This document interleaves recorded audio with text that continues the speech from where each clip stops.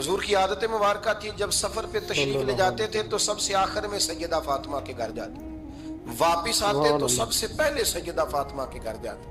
मौला अली कहते एक दिन मैंने अजीब नजारा देखा, नबी करीम अलैहिस्सलाम सफर से वापस आने वाले थे। मैंने हजरत फातिमा को इत्तला दी कि हुजूर आज पहुंच जाएंगे, तो उन्होंने घर सारा साफ किया, सजाया, सवारा, खाना पकाया।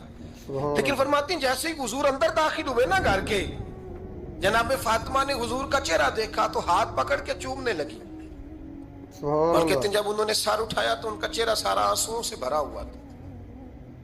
रसूल करीम ने बेटी के सर पे हाथ रखा, बिठा लिया। फरमाया फातिमा बेटे रोने वाली तो बात कोई नहीं थी, क्यों रो पड़ी हो? तो अर्ज करने लगी महबूबा मैं बचपन से देख रही हूँ, मेहनत करते, जद्दोजहद करते, मुशक्कत करते, या रसूलल्लाह आज आप आएंगे तो आपके चेहरे पर थकावट के आसार हैं।